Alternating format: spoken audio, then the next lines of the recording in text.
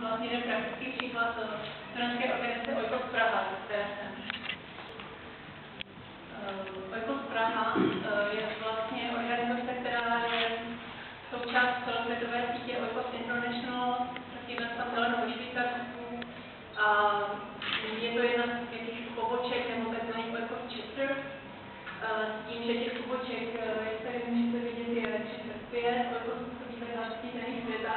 A hlavním cílem Oikosu Praha je zapojit studenty na vysokých ekonomických školách do témat spojených s udržitelným rozvojem, s udržitelným managementem, řekněme i se společenskou odpovědností firem.